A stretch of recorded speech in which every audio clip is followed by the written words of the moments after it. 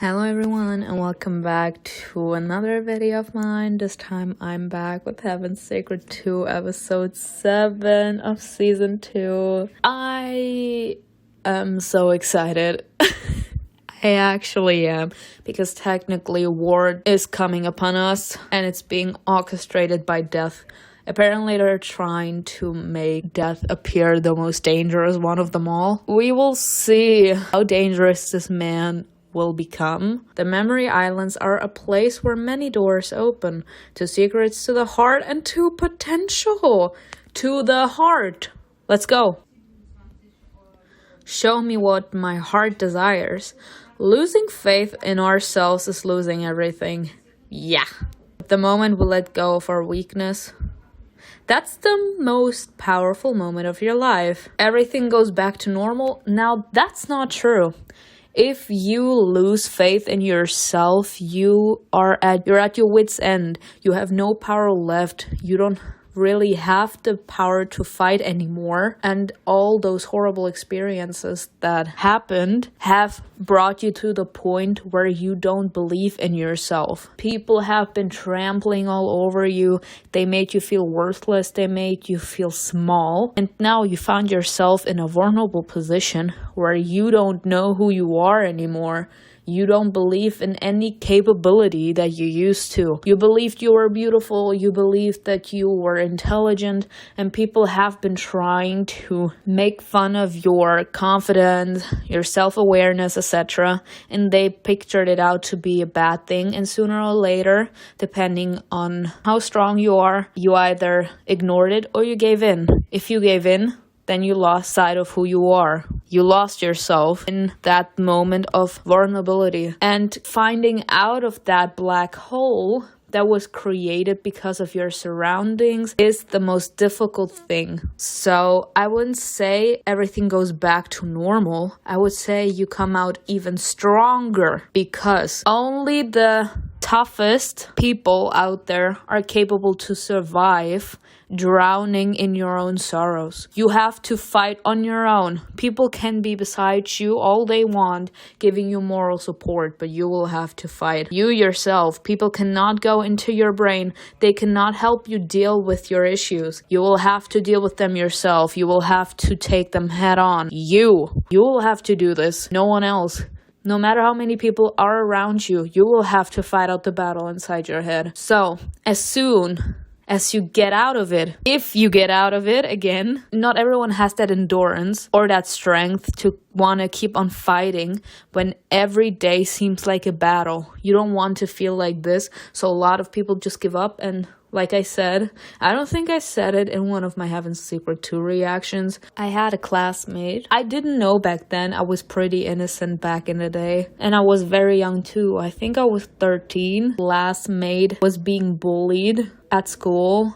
And he was enduring cyberbullying at home, and he couldn't deal with it anymore, so he hung himself. And the next day when I came to school, there was a candle in front of his picture. I was too young, I didn't understand. I just knew that he was gone. But I didn't actually understand what that word means. I knew that the person was gone, as in I would never see him again, etc.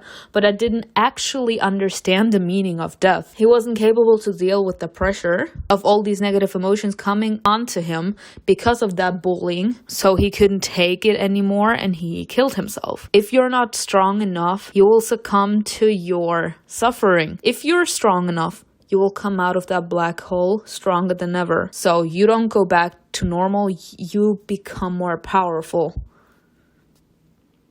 Ooh, episode 7, the Memory Islands. Earth. Ooh! We landed in front of the most remote bunker, which had been the safest one until recently. It was unusual to wander around the human world in our true forms. Not hiding our wings behind illusions, we exposed our actual faces to the sun instead of the stolen faces of dead people. It was quiet near the bunker. Too quiet. There was someone around. Hope still bubbled in my soul that the immortals were safe and that death hadn't gotten to them. But something haunted me. The members of the Order had split up to check all the bunkers. I was teamed up with Arrogant and my mother. Can't we go one day without our mother? Are you kidding me? Do we always have to see her face? They looked too serious, neither showing even a trace of unnecessary emotion. And that meant that they were no less worried than I was. They looked focused and ready to attack. There's someone here, an outsider. Mom nodded. I can feel the energy, but I can't determine where it's coming from. But it's not the horsemen. Yes, we were lucky. Simona. What? His voice sounded like an alarm. I saw my mom and Aragon rush toward me and had managed to turn around just as I noticed a red flash. But, excuse you? Huh? My body became stiff, unable to move. I covered my face with my hands as Aragon taught me, ready for hellish pain and even death. But nothing happened. Then I slowly lowered my hands and opened my eyes. Yeah, he recognized us. Bastard. Mom and Aragon flanked the demon. One grabbed his hands while the other threw a beam of light right into his chest, burning through his flesh. Aragon threw the motionless corpse at my feet and looked deep into my eyes. What did you do? What are you talking about? I staggered not from weakness but from shock. His energy dissipated in front of you. I don't know. I knew it! Period! We're immune. Oh, hold up. I would say that we're capable to absorb other people's powers. I will keep on saying it. We're capable to absorb people's powers. And that makes us immune to their attacks. Because we're technically taking all the powers. It hardly matters now. Maybe he didn't want to kill me. Maybe it only looked that way to you. He could have misjudged his strength. Maybe he didn't want to kill me? There's no time right now. He nodded at the immortal, whose scorched chest had already partially recovered. Didn't you kill him? He doesn't kill, no. Aragon bent over the demon that was already coming to his senses. Why, Rush? What's your name? The demon opened his eyes and tried to run away, but Mom stepped on his wing and dug in with her heel. Okay, yes. Yes. He grimaced in pain but gave up trying to escape. What's your name? Us. Us? I'm on the horseman's side. I'm on the side of life. Ironically, that's the reason you'll meet your death. He struggled again, tearing his wing on Mom's heel. Then what do you want from me? I don't know anything. How did you find out about the bunkers? I don't know. Mom shifted her weight onto one leg, pinning down the demon's wing and resting her other foot against his forehead. The heel scratched his skin. She does not care. Honestly, that's iconic. That's an iconic move, but I would love for us to do that. Where do you think you're going, handsome? Bam. With one heel, we're ripping his wings off. Yes. I'll crack his skull, and you won't wake up again. I don't know. The fourth horseman is in charge now. He doesn't eat, doesn't sleep. All he does is hunt you down. Ace laughed hysterically. It's the end. We can only bow before them. They aren't like us. They don't have no mercy. They have no goal other than to exterminate almost everyone to punish us for something. If you go against them, they'll kill you first. And if you bow, you still have a chance. Mom looked him over, and her lips trembled with contempt and disgust. Technically, they're trying to hold on to hope that by bowing down to the more powerful one is gonna keep them alive, but that's not gonna happen, sweetie. Aragon's face remained impassive, without... Oh, that's not what I wanted. I'm so sorry. The demon just shrugged and fell to the ground, that time for good. Let's go. We silently entered the bunker. I'm scared to see what's inside. Ooh. It was dark inside, but our eyes quickly caught the outline of a staircase. The air was stale, smelling of iron and something sour. Garbage crunched underfoot, pieces of plastic and glass shards. Around the corner, the light from a swaying bulb trembled slightly. We hesitated before going further. Show me something. Ooh. Look at all these dead corpses.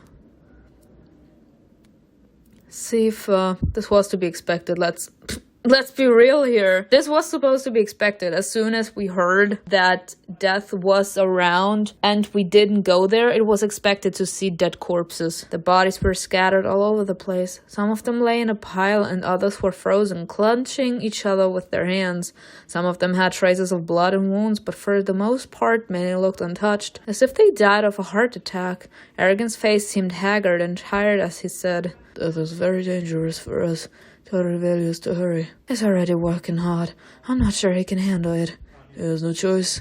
Arrogant spun on his heel, the hem of his cloak rustling in the dead silence of the bunker. He left confident that we wouldn't linger there.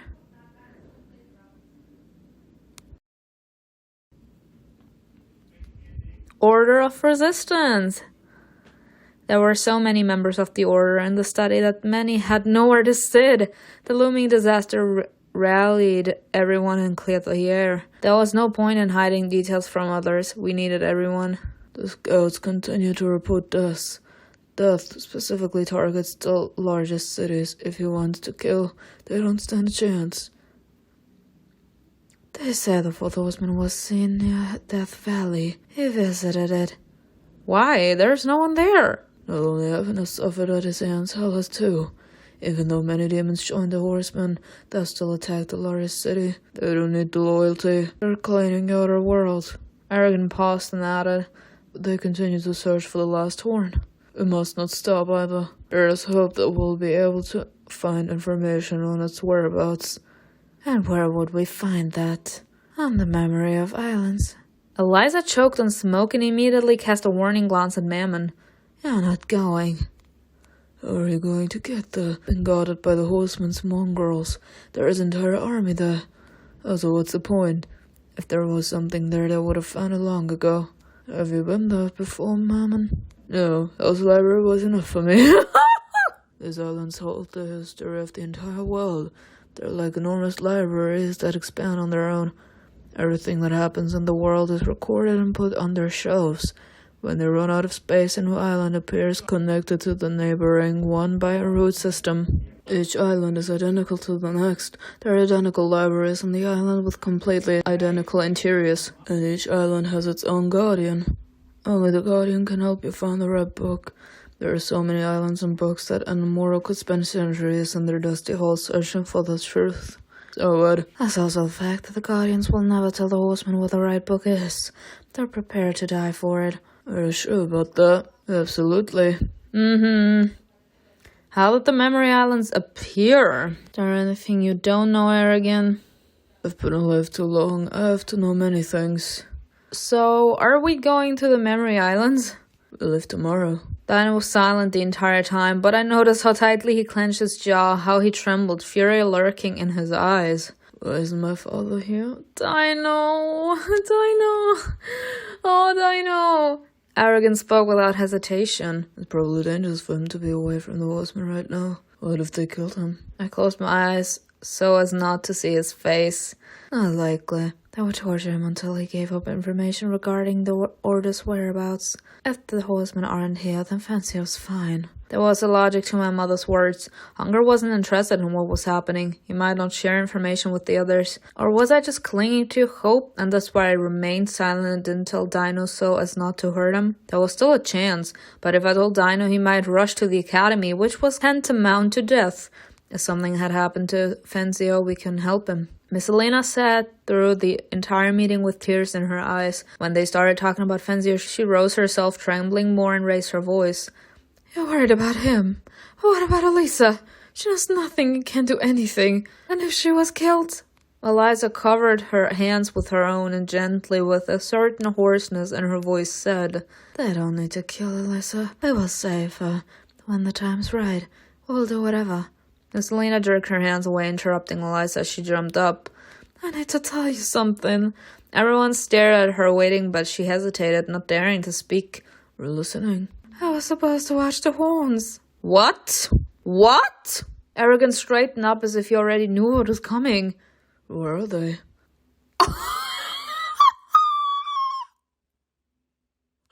This little bitch. Oh. Nothing against my soulmate Malbonte, but we know what he said when we were still being Hunger's prisoner. He said he's gonna force us to open the seal. So she actually gave Malbonte the horns so that he could give them to the horsewoman. Are you kidding me? Mammon made an incomprehensible sound as if holding back curses, while Eliza brought a hand to her mouth in shock. The others were silent and astonished. The news hit us like a train. Everything suddenly seemed meaningless. Whatever we did, it worked against us. Every time I think Malbonte doesn't want what the horsemen want, he proves otherwise. When the alarm went off, I flew away to meet with him. He doesn't know what the order is, and he doesn't want to know. Huge tears flowed down her cheeks.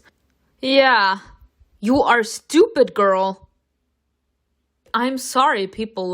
This is unforgivable. I'm actually shocked. You gave away a leverage. I'm pretty sure we had 3 horns. You gave 3 horns that can contribute to the fact that we all will die, including your sister, to the horseman's puppet to save your sister. You are stupid. I'm sorry, she has to die.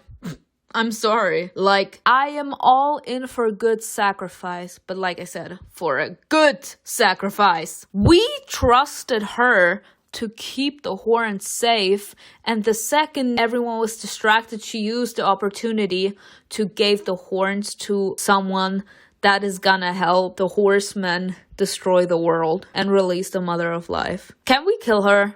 I want to kill her. I asked him to release my sister in exchange for the horns. He said he'd take Elisa and T2 to another island. He's going to take them far away to the Voxifa mountain, or even farther, somewhere they'll be out of danger. Mussolina, you have to die. Mom interrupted any further confessions with a slap to her face. Period.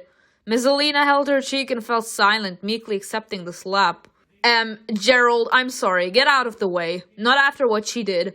I'm on our mother's side. You had no right to give 3 horns that are capable to destroy the world to your enemies in exchange for your sister. I trust Malbonte, but I don't trust him with the horns. We knew what happened back in the day when he had one of the horns. These 7 horns are capable to open that damn book. She gave 3 horns. They have 6 now. If we get 1 horn or not, it doesn't matter. They have 6. It's over. Not him going out and saying, don't touch her. Bitch, let me smack you too. Are you listening to what she's saying? Don't you dare touch her. She deserved it. Mom pushed Miss Alina's hand aside and ran her finger over the mark. We won't be able to trust you with such things anymore. Do you understand that? Of course, Rebecca, I'm guilty. Did you tell him where our bunkers are? Girl, shut up. Girl, shut up. I can trust anything you say right now. I wouldn't. I just gave him the horns. Aragon massaged his eyelids with his fingers as if trying to erase the scene that just played out from his memory. So they have the rest of the horns. It was the first time I heard such despair in his voice. He stood. The plan still stands. The Mary Islands are our only chance of taking the last horn. Are we not going to do something about her? What can we do? Bitch, are you for real? You are stupid. I'm sorry, she needs to die. I'm sorry. I'm so sorry. You do not play with my trust. Do you know how difficult it is to gain trust in the first place? What she did was unforgivable. I'm mad at her. I'm not mad at the fact that she gave them to Malbonte. I'm mad that she gave it to him so that he could give it to the horsemen. She was like, I'm giving you the horns. You can give them to the horsemen, but release my sister. What is wrong with you? You can punish me. It won't bring back the horns, Dad. You should be expelled from the order. The order was supposed to keep the horns safe. She gave every single horn we had to the horsemen. Miss Alina gave a stifled sob, then straightened her shoulders and looked at me openly, the warmth gone from her expression. That's only fair. No, that won't solve anything. Go rest, we're facing a difficult time. Are you kidding me? We can't trust her! And then for the umpteenth time, I saw him as an old man and considered the many years he had lived. His face was youthful, but his eyes had long since faded, worn out from all the joys and sorrows of life. In the hallway, we ran into Vincenzo. He was covered in dust and his hands were stained with dry blood. What happened, sir? Mom stopped beside him. She didn't seem to notice the blood. What did you find? Vincenzo wearily closed his eyes, looked at us, and shook his head. It's killed more than all the other horsemen combined. I need to see Rivelius. Mom intended to walk past Vincenzo, but he caught her hand, looked at her face, and then spoke quietly, running the pad of his thumb over her bruises. You need rest. I stood there spellbound by my mother's gracious response. You do too, but you don't rest. He chuckled. Of course, my mother didn't make allowance for the fact that she was a former mortal and a woman. The mere mention of it would be insulting to her. We should all slow down before the battle. You know, humans have saying, lost time is never found again. He frowned. His hand froze near her face. They were standing so close to each other, I wanted to watch them forever. I have to say it again and again. I keep on reading in the comments that she's a bitch when you had love history with Malbonte. So leave, bitch. I can't be happy for her. Especially with the way she's treating Vincenzo. She doesn't show him any sort of emotional side. What does he see in her? Would they survive? Would they allow their souls to be bound together when the dawn arrived? Or was Mom so afraid of love that she was suffocated, no matter the outcome of the battle ahead? I didn't linger and decided to let them have a private moment. I just wanted to leave. Everyone was ready for the next task. Aragon went over our plan once more. Winchester, Mem, and a team of fighters will go to clear the perimeter around the Memory Islands. Rebecca, Simona, Eliza, Mimi, and I will sneak into the library and try to negotiate with the Guardians to help us find the reference we need. Winchester, yes, try to hold them back for as long as possible. He looked at us all and added, and don't die. I can't promise that. And I'm gonna stop. The group gave an inspiring cheer. I wiped my sweaty palms on my...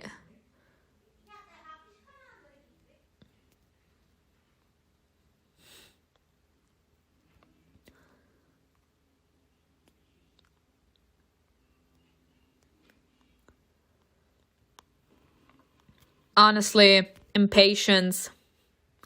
I love the outfit. It just looks so nice. I would wear this.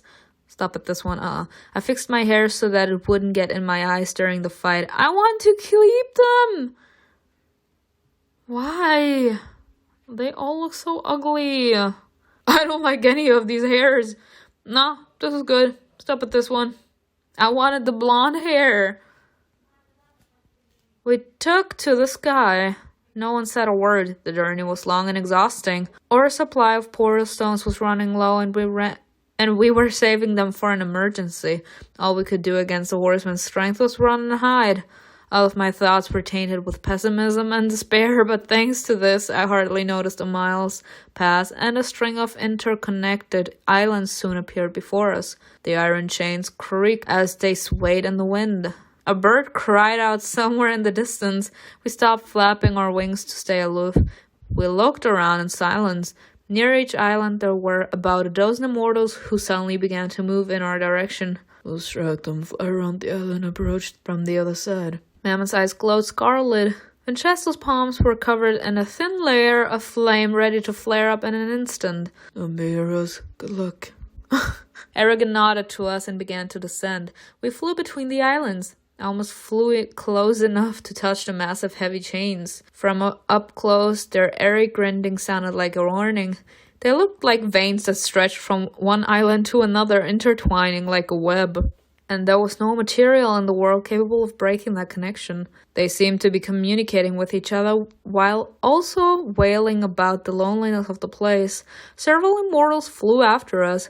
Aragon destroyed them before they could attack with their energy. Aragon said, back off.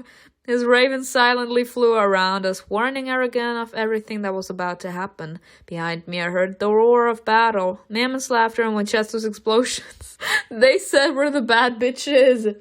They said we're the bad bitches. Sometimes the sky would light up from Dino's attacks. Let's go, Dino! We flew up to the door, and as soon as we entered, the noises from outside stopped. We were plunged into total silence. Show me what it looks like. Ooh. I think I remember this room. Wasn't this where we saw our mother the first time in Heaven's Secret? Where she was reading something in a book? Thousands of shelves extending endlessly up into the side were filled with all kinds of tomes, scrolls, and papers. It was cold and dry there. My throat felt sore. I don't know this wing. Her voice echoed through the hallways. Have you been here before? She pursed her lips and quietly answered, Yes, once. The only guardian who can help us is here. Aragon flew up almost all the way to the ceiling to look around. The raven hopped from his shoulder and, beating his white wings, continued searching for the guardian. What if he was killed? Let's hope not. The library was deserted, and I felt uncomfortable. Each rustle echoed 100 times as if the walls themselves were gossiping with each other. I kept turning around. It felt like someone was watching and following me. Someone is watching us. I have the same feeling. There's no one here. Not yet. Eliza lazily smoked a cigarette, waving it in one direction then the other. And how often have you been here, Aragon? You seem to be familiar with everything here. I already knew you were observant, Eliza. There's no need to show off. Eliza chuckled but said nothing. Suddenly, Aragon stopped and quickly turned around. A second later, the raven's shrill cawing reached us. I found him. We rushed towards the call of the bird. An old man stood motionless, clinging to one of the massive bookshelves. He turned his bludgeoning yellow eyes at us with displeasure as if we had disturbed his peace. And that was sort of true. Oh, God. You're not the horsemen. Why didn't they kill you? They didn't kill a single guardian, Earth.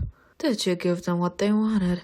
Of course not. He shuddered with indignation. They want to destroy you, but not your history. Without the guardians, this place will fall into chaos and disappear. He extended his shaking hand, plucked a sheet of paper from the shelves and held it out to Aragon.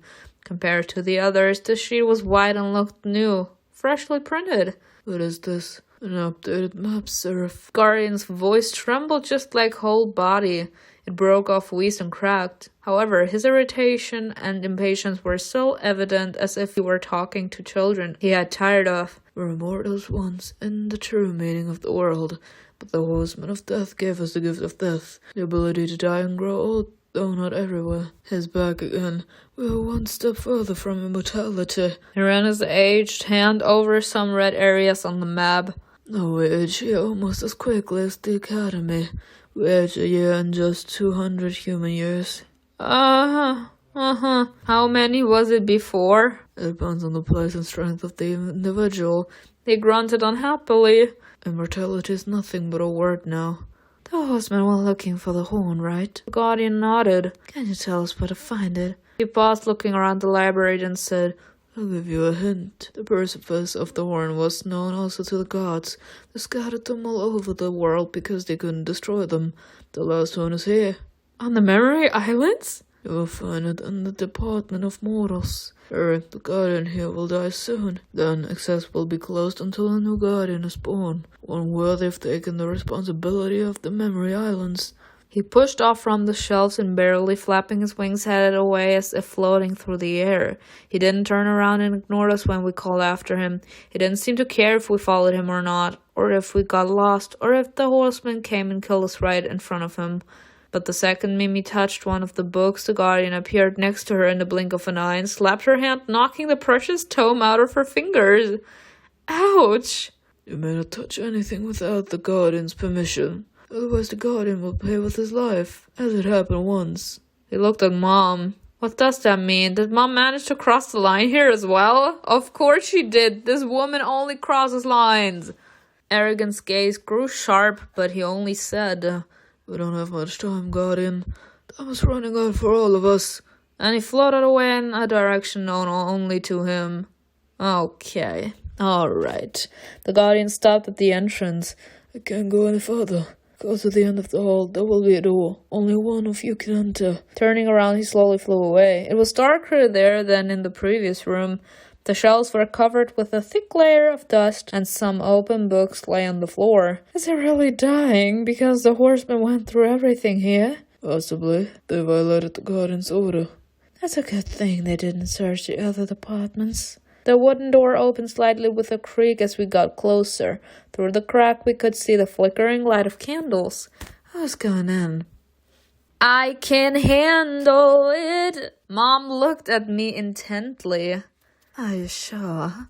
He knows humans well. I'd be wiser to send a former immortal to him. And as we've come to understand, you didn't leave the best impression here, Mom. She lifted her chin, waiting for me to continue my attacks, and prepared to refute them all, but I simply said, so I'd better do it. I can try, if Aragon doesn't mind. He thought for a minute and nodded. Good. Be careful with them and be respectful. It would help you if you try to force them. Got it. Be charming, just as I thought you. I love Mimi. Be charming, just as I taught you to be. I love briefly. I'll try to remember your lessons, Mimi. I gently pushed the door open and went inside. My footsteps were quiet, almost soundless. I stepped onto an old rug that had stiffened over the centuries. The patterns on it was in the style of mortals and looked shabby, a very valuable thing that had lost its value over time. I looked around the room. The war had turned the once lavish bedroom into a parody of luxury. There was a gaping hole in the wall from a mortal projectile or an energy blast. The room was a mess: bloody sheets, crate of food, a broken laptop lying in the corner. The wide bed had a canopy hanging over one side. The beam holding it was broken and no one cared. There were dried bloodstains on the rug. There was a torn Bible near the bed, some of its pages strewn across the floor. An old man lay among the scattered pillows. It felt like I was on Earth in the house of a mortal. I heard the strained, creaking voice of the guardian. Come in. What is this place? An exact replica of a human's room. Why? I don't know. I'm supposed to know about humans, not about myself. Oh God, I moved closer, looked down at him, slightly confused. The old man's eye was bandaged, but the bandage looked ancient, like it was at least 100 years old. It reminded me of my father, but I tried to silence that thought. Have a seat. I sat at the very edge so as not to disturb the guardian. Do you know why I came? For the same reason the horseman did. Will you help us? He looked away. His sickly yellow eyes stared at the hole in the wall. Why do you want to survive? Because we deserve to. Because good must win. Good must win! Are the horsemen evil? I'm afraid this isn't a fight between good and evil. This is a fight between parents and children. He again turned his head with its sparse gray hair toward me. His sagging eyelids barely allowed me to see him. I was once a human too. It was a long time ago. I died almost immediately after Sifa imprisoned Sifa Malum. You know about him? There are a few immortals left who still remember the second god. Sifa entrusted me with the department of mortals. He entrusted me with the horn. If I give it to you, can you keep it safe? I'm not going to lie. I don't know. His dry old lips smiled faintly. I appreciate your honesty. But if it remains here, the horsemen will find a way to get it. The Department of Mortals doesn't care about them. He paused and suddenly asked, How does it feel to know that you are a creature of darkness? I leaned forward, losing patience but keeping my panic in check. I don't care. We make our own decisions about who we are. He smiled again and finally said, Pulvius was the guardian before me, yet I because of your mother. She had a hand in this after all. She was looking for information about Malbonte's descendants, something that was known to no one except the omniscient chronicles of Memory Island. The seraph tore out the page to prevent anyone from knowing about your connection. Pulvius died for that lapse. I knew it! She did rip that page out! And we asked her why she did it. She didn't want to tell us. In season 3, she told us that we were Malbonte's descendants. And that's why she ripped it out and tried to poison Yor because he wanted to tell the order about it. The council. I'm sorry. Such is our burden and our gift. Once upon a time, Pulvius decided to give one of his eyes to the other immortals so that they could watch over humankind. The Earth's Eye? He did this because of his great love for mortals, having been one himself long ago. When Pulvius died and I came to replace him, I gave my eye in the same way for the sake of humankind. He fell silent, coughed, and suddenly said, I'll show you where the horn is. The guardian extended his bony hand covered in wrinkled skin. I followed his finger. The laptop? It seemed symbolic to me. Only someone who was once mortal can see it. I picked up the laptop and it immediately changed its shape. I felt a surge of powerful energy. It really was the horn. Is there any way to save you? You helped get the last horn. Let's go. I've lived a long life, tired. This is my salvation. He stared again at the hole in the wall through which one could see an illusory sky and earthly fields. Now go. Thank you. He didn't say anything. I quietly closed the door behind me. As soon as I came out, Arrogance Raven snatched the horn from my hands and flew away. Excuse you? I'll take the horn to safety. But we heard the bird's piercing cry a second later. Yeah, the raven was falling down by a power so swift it was capable of cheating even Providence. The horn slipped from his stall and then fell right into Plague's hands. That's why you don't! Arrogant rushed into the air and caught the raven before it hit the ground. The raven? Plague laughed, clutching to her chest that which we'd been seeking for so long. Don't you understand? The harder the prey struggles to break free, the more it gets entangled in the net. You. Arrogance Raven had already come to his senses and was perched on the Seraph's shoulder. Together they rushed straight at the horsewoman, but to everyone's surprise, Plague didn't fight them. Laughing incessantly, she soared up, broke through the ceiling, and flew away. Capturing the horn is their priority, but will they just leave us like this? Are our chances of winning really so slim that they won't even bother with us? Is it funny to them? Look, there was a roar. Oh no. Shelves broke and flew from bookcases as they collapsed like dominoes. And in the midst of all the chaos, Satan, Lucifer, Astaroth, and Malbonte appeared. Oh god.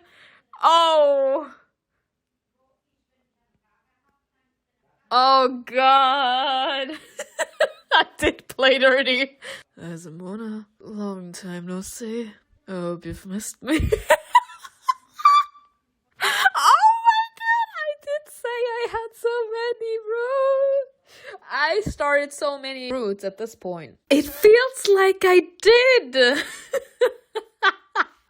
The way he stood at ease, the way he looked at me, the way the feathers on his colorful wings fluttered, how arrogant he looked with that evil, boyishly charming smirk. He didn't care what people thought of him, or whether his actions were right or wrong. Astaroth had no expectations for the future, which made him immune to the epidemic of fear. There was something crazy, irrational, and yet somehow attractive about that. Yes, when I looked at him, my anxiety began to seem far-fetched. I wanted to mock the whole world with Astaroth.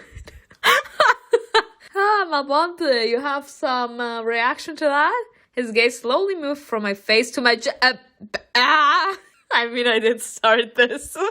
I can't complain. It brazily lingered there for a few seconds, then slid further down, openly admiring my body. I could almost feel it like a physical touch. Astaroth's attention was omnipresent, shameless, and all-consuming. His voice sounded in my head in an alluring whisper like an illusion. What are you thinking about right now at the most inopportune moment? I shook my head. What am I doing? I mean, we started this. You are doing what I told you to do. But his gaze was so expressive that against my will, I heard his seductive call again. You regret avoiding me at the academy. I know it's too late. We'll have to wait.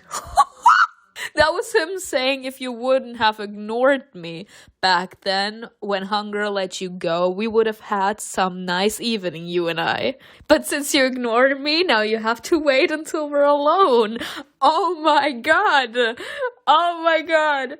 People like, I'm grinning from ear to ear. I love Astaroth. I love him. He lifted his chin looking at me with half-lidded eyes. Goosebumps ran all over my body as if he was actually touching me. Maybe that's his power. Oh my god!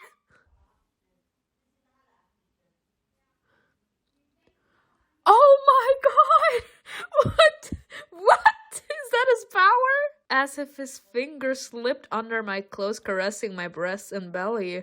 As if his breath tickled my neck and his piercing eyes caught my every movement. Isn't this what you want? Yes! I'm starting this. Who doesn't love a hot man be turned on by them? Who doesn't like that? Who doesn't like having control over their partner? Who doesn't? Don't you guys love the fact to be someone's weakness, to be someone's weak spot? The sole thought of you makes them feel all kinds of desires. I like that.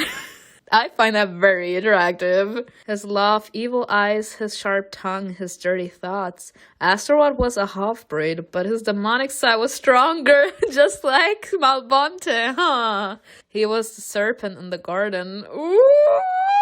He was the serpent in the garden of Adam and Eve. He was my apple of discord. Astaroth irritated, unnerved, and humiliated me. So why did one fantasy about his brazen touches leave me trembling? Because he is that hot. Don't you want to burn to ashes along with all this madness? With me? Maybe just a little bit. I want... Oh my god!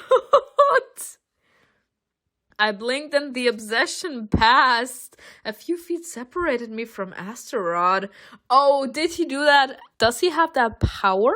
He has that power to draw you in. You know, Mimi's capable to make everyone's wildest passions come out, you know? She's capable to make people feel attracted to her by her soul touch. Is he capable to make us feel that much desire that we automatically moved closer to him? We were close, but infinitely far away at the same time. I nervously touched my neck. It was wet. My hands were cool against my sweaty, warm body. Astaroth shook his head and smiled. He said, I'm making out with you in front of everyone and I don't care. That's a hot man, ladies and gentlemen. I want a man like this. Give me a man like this. It's very, very difficult for me. Like, Alice is really making it hard for me. Malbonte, Astaroth, War. They be my men. Give me these men. Just like me, he'd lost track of time and forgotten about what was happening around us. It was just the two of us, silent, excited, yearning for intimacy while despising that very desire. Me! Like, we feel so attracted to him that we already start to hate the idea. Because this is also about, like, some sort of control. One of us will have to give in sooner or later and do the first step, as in kissing him or him kissing us, you know? They will have to give in sooner or later. So this is about fighting for control, fighting for the power over your partner. I was breathing heavily. I wanted to punch him for what he did to me when he looked at me like that. Sparks ignited. Oh yes, they did. How many centuries had passed since we looked at each other? Oh my god. I feel bad for Malbonte being around. But I couldn't help it. It's Astaroth, people. It's Astaroth. Like, I need a man like him. Hundreds of thousands, or maybe just a second? I consciously mirrored Astaroth's actions. Against my will, my eyes looked at his lips, then dropped to his prominent collarbones. We literally just had sex with our soulmate, and now we want to jump into bed with the love of our lives. Malbonte is my soulmate. He will always be my number one. But I can't help feeling attracted to Astaroth. He is so hot. He is so hot. Then my gaze traced all the way down to his fly. To his fly! We want to give him a blowjob, ladies and gentlemen. Apparently, we weren't capable to do that to Malbonte, so now we crave someone else's wiener. We're craving someone else's dick now. And immediately returned to his face, and again his expression was clearer than words. Did you like what you saw? Yes, very much. I swallowed hard. Me. It's the desire. The desire is coming up inside of us. Did he charm me? What's going on? I almost had to force myself to turn away and look at Satan. The face of the king of hell, contorted with rage, sobered me up. I remembered who I was and why I was there. And even though my body was responding to Astaroth's attention, I no longer looked at him. We're trying to ignore you as harsh as we can. I won't jump into that pool of madness. I'll devote myself to survival, not heroism. I nodded at my own thoughts. I need to remember why we're here. Satan threw a fireball at one of the bookcases. Bitch! The books burst into flames, and the pages crumbled under the furious hiss of the fire with a quiet rustle. Stop, Satan, don't be a madman. Azrael was a madman. I'm not that cruel yet. But things can change. Satan and Arrogance stepped forward and locked eyes. They will kill Lilith no matter what you do. Shut up. I remember what happened to the first Satan when his wife Asa died. He grew weak and was killed. Like us, your wife Eve. She's mocking you, don't you understand? It looked like something was swarming under Satan's skin, as if bugs appeared and then disappeared. It seemed that in his anger he wanted to take on his second form, but he restrained himself. Shut up, otherwise I'll kill you, Eliza. That entire time I didn't take my eyes off Malbonte, period. We finally noticed our soulmate there. He didn't look at me, but I knew that he felt my presence with his whole body. That if I moved, he would immediately notice. My soulmate, please look at me. This is like him actually trying to ignore us, but he can't. He's trying to look away and he's fighting the urge to look at us because he's actually yearning for us. He's yearning for our presence, but he knows that he will give in as soon as he locks eyes with us. The desire will be too strong for him to handle. He won't be capable to ignore the fact that he wants us by his side, that he wants us with him. Please look at me. Look at me. I'm here. But at the same time, there was cruel mockery in his gaze. He noticed my silent conversation with Astaroth. But Malbonte was so confident and independent that competitors could hardly get a rise out of him. Let's kill people! If you wanted to see Malbonte jealous, as in actually, with Alice actually confirming it, this is the moment. Yes, he actually was like, I know that I'm your soulmate. I know you will still choose me at the end of the day, so competitors don't matter to me. I'm finally fangirling again, yes. You're ready to take in the last one. What are you after? This Blake's special assignment. She wants us to prove how far we're willing to go to keep Lilith alive. Shut up. Lucifer suddenly seemed infinitely tired, on the verge of apathy. He closed his eyes. What was he thinking about? Was he trying to summon the image of his mother so that his anger would flare up and fuel him in the upcoming fight? We have a plan. We will help save Lilith. We just need time. There's no time. Not anymore. Satan stepped forward. Flames burst from his palms. Arrogance Raven soared toward the ceiling. The immortals rushed at each other with lightning speed. The shells around them were thrown back by the wave-like force. Mimi, now. Yes. Eliza and Mimi pounced on Malbonte from both sides like wild cats. What are they trying to do to my man? What are they trying to do to my man? They used their influence trying to overpower him and keep him from interfering. They know he's way more powerful. Oh, so Eliza also has the power of persuasion? As in to make someone feel attracted? Okay. They succeeded, but it seemed to me that it was only because Malbonte allowed it. Mom clashed with Astaroth. Don't you dare kill Astaroth. He's my baby. He was faster than her. He had potential that perhaps surpassed my mother's in many ways, but she was calmer and more experienced. Lucifer stood still. He looked at me with a frown, lowering his head.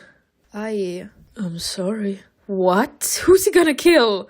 He slowly walked toward me. What are you doing? I began to back away, frightened by his expression, unsettling in its indifference. Yeah, they need us to open the last seal, don't they? I don't know, she didn't give explicit instructions. She wants blood. He extended his hand, but the gesture was somehow sluggish and unthreatening. I recoiled anyway, my back collided with a shelf. Several books fell at my feet, flung open to random pages. I absent-mindedly glanced at the yellowed ink-covered paper. Is this how human history will be erased? The battle between the immortals was destroying everything around us. It tore old tomes to pieces, crashed shelves, and damaged the building. I could almost feel the pain of that place, its silent indignation at what was happening there. I looked into Lucifer's eyes and saw his mother reflected there. I have the feeling that he's gonna spill our blood in order to save his mother's blood. Lucifer is actually willing to hurt us in order to save his mother. He thought about her, and that pain drowned out all other thoughts. What should I say to him? Plague could have already killed Lilith. You can't give in to fear. Plague is mocking you. This won't save At this point, this won't save Lilith. Let's be real here. It will only delay her death. How long can you last? Shut up.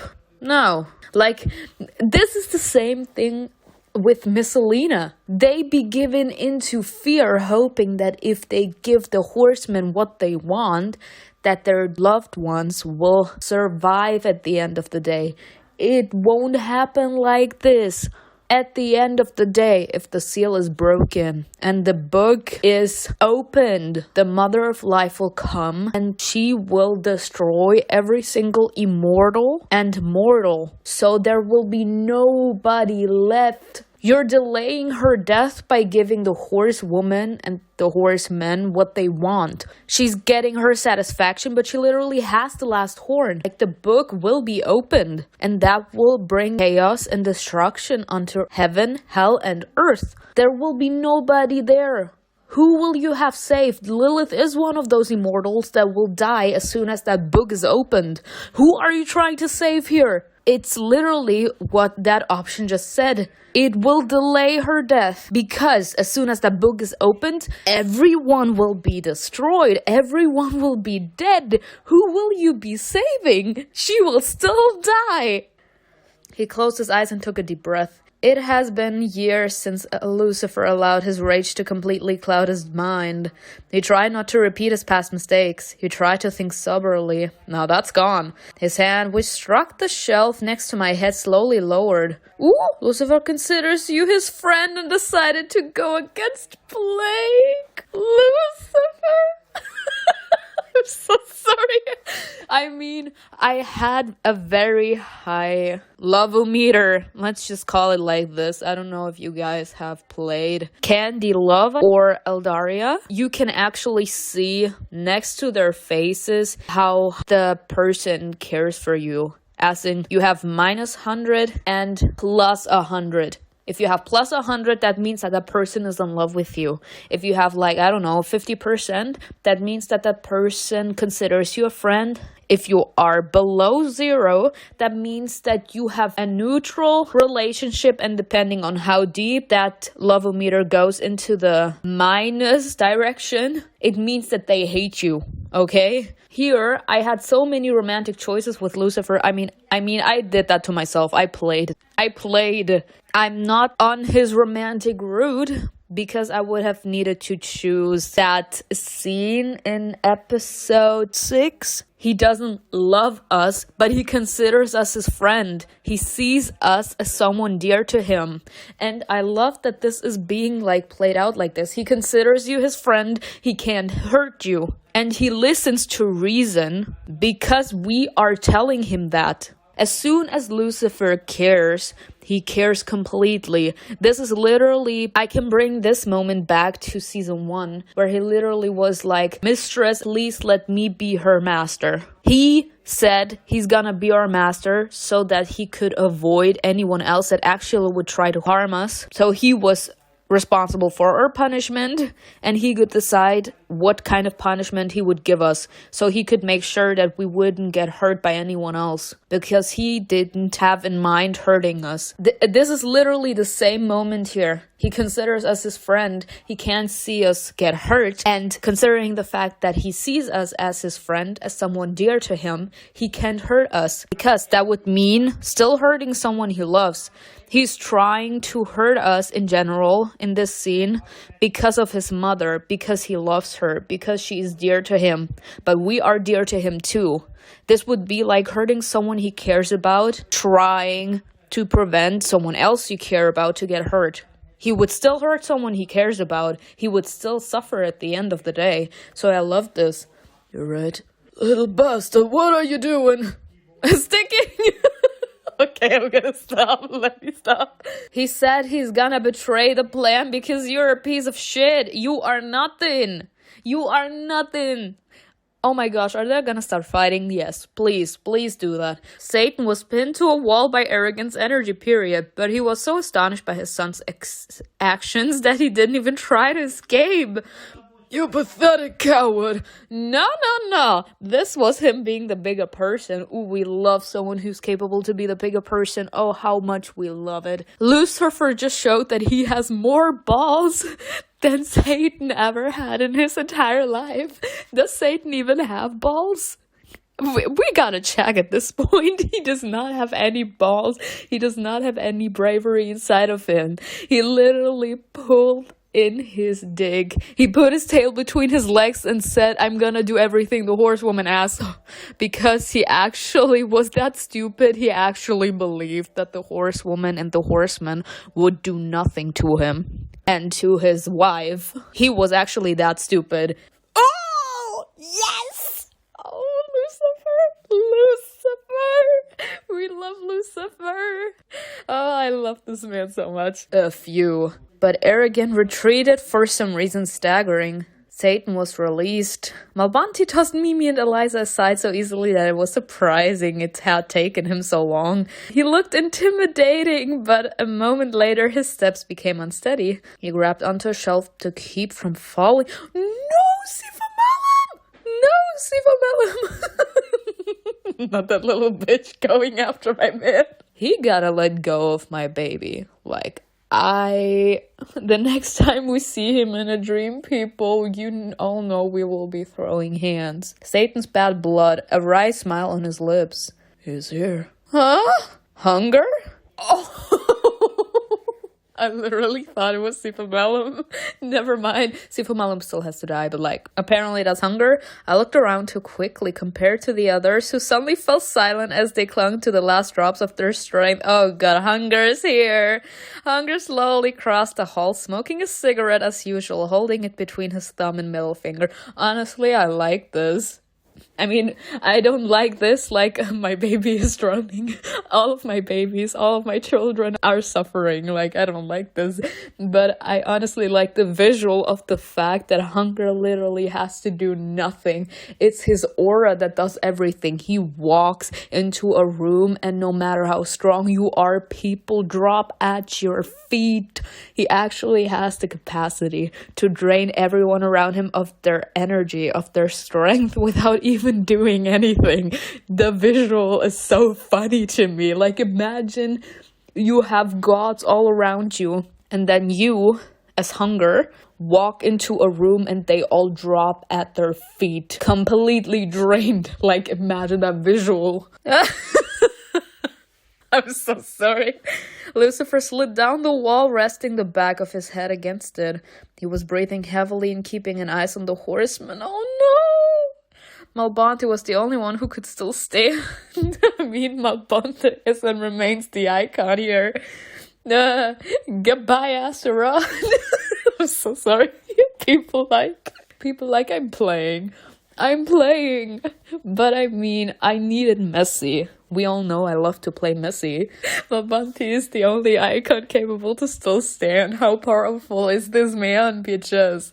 How powerful is he? Mom was lying on the floor. She glared at Hunger with a gaze that cut like a knife. Bye-bye, bitch. Bye-bye. Rest down. We thank Hunger for making our mother drop, please. He stopped next to me. So sorry. He's just walking in, everyone dropping at their feet. We're the only ones that are completely normal, because I'm pretty sure that Hunger can see that his aura is still affecting Malbonte. He literally just walks in to stop next to us. This is hilarious. He stopped next to me.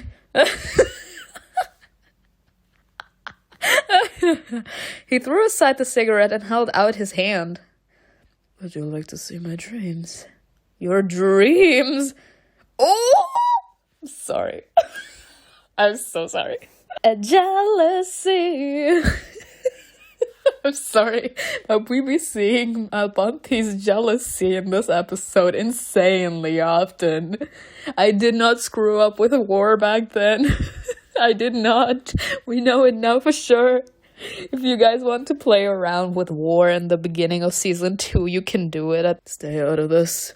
The horseman turned to the sound of Malbonte's voice and asked indifferently, "Oh, hunger!" Yeah, Malbonte is a king. What you be thinking about? He is still capable to speak, yes, because he is a god. You still have the strength to speak. Oh.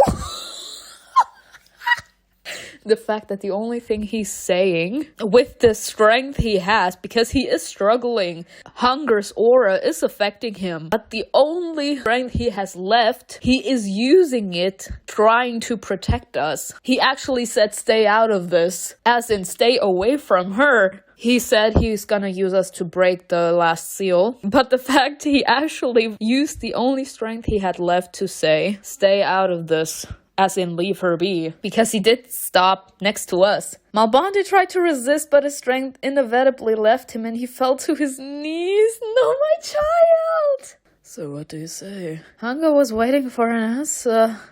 I mean, his dreams. I know he's a love interest, but I don't think that giving him his hand is gonna cost that much, you know? Give him your hand? My fingers touched his icy palm. Simona, what? Stay down. Mom's cries sounded muffled as if it were a memory from a dream. Wall after wall, the island began to disappear until everything around me was stained with blood instead.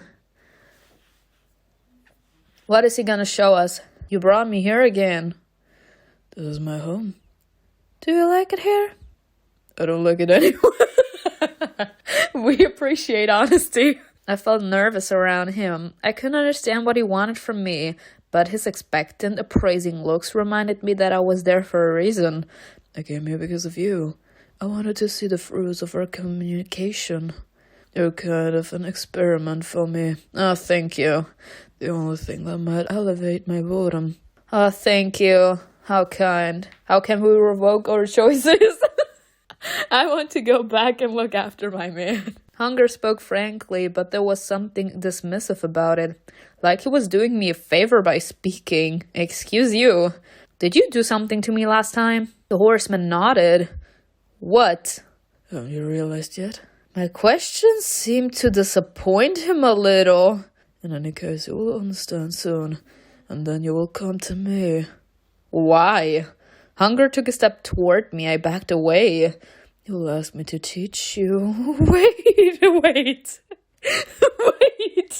What? Did he give us a bit of his powers? Wait. Teach me what? He took another step forward and I took another step back. And I will teach you on one condition. He came too close, towering over me and lowering his head. Our faces were almost touching. Bitch, stay away from me. My heart was beating so fast that I started to feel lightheaded. What do you want? He hesitated and raised his head and stepped back. I'm lonely. I know. Hunger said it firmly, almost coldly. It wasn't a complaint, but an undeniable fact. It came without self-pity, regret, or condemnation. You're the only one I can talk to. His gaze fell on my lips, but quickly rose to my eyes. I didn't say you could kiss me.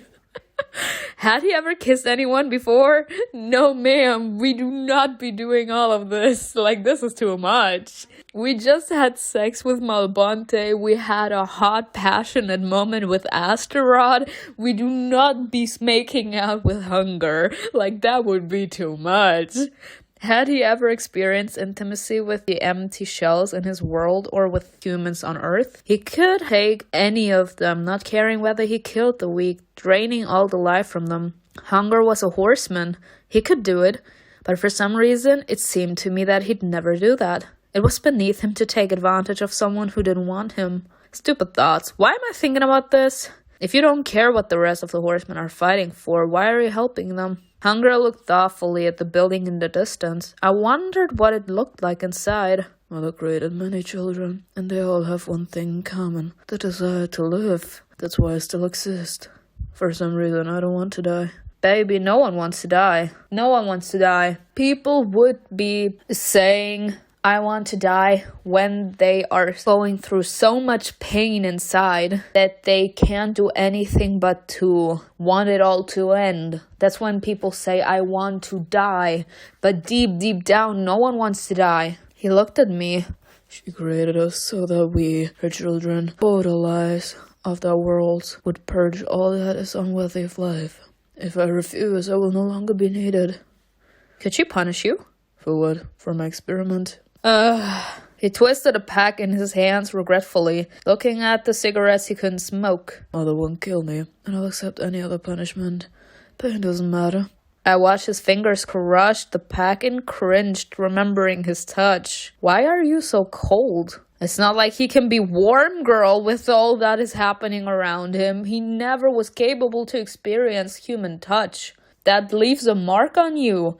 Everyone around him is being drained of their energy. They drop at his feet. He can never have a normal conversation with someone. That would change someone. He turned to me, extended his hand and barely touched my cheek with his finger. Why are you so warm? That time, the cold didn't burn me and didn't make me want to push him away. After that question, I suddenly noticed how hot my body was compared to his touch. It was nice, like a stream of cold water running over burned skin. Could he take my scars away inside and out, the way he took everything else? Or did pain come with a deadline after which it stayed with you forever? Hunger opened up to you. Okay. Hunger turned around as if he heard something. He frowned and said, Time to go. Without waiting for a response, he took my hand. The mother of life's world vanished. The walls of the island reformed around us. The bookshelves reappeared, and the immortals took shape, remaining where we'd left them. It looked like time stood still. We had visited a different level of consciousness, while our bodies remained on that plane. Now please leave so that my soulmate can finally wake up. That realization struck me as I heard Satan's ferocious cry. To hell with everything. I'll bring her to plague myself. I knew it! Lucifer managed to shout with the last of his strength. Father, no. Ooh! But Satan didn't hear him. He threw a fireball at me, so hot that the air around him shimmered as pages ignited and blackened. The ball hung in the air momentarily, growing bigger and more dangerous as it absorbed Satan's residual energy. Even if he didn't intend to kill me, he desperately, passionately wanted to inflict pain if he could manage something like that, even while standing next to the horseman. Hunger calmly stepped aside, watching for my reaction with a smile. It all happened in an instant. I didn't even have time to dodge. Mimi let out a heart-rending scream, but I barely registered it. Mom tried to crawl to me, but she didn't have time. No one had time. In the space of a second, it rushed toward me at full speed. I felt a gust of burning wind and screamed. I shielded myself with my hands. Path of strength! And suddenly the heat disappeared. We are an icon. Path of strength, bitches, keep in mind. The wind blew again, but in the other direction, and then there was a frantic scream. I opened my eyes. Did we kill him?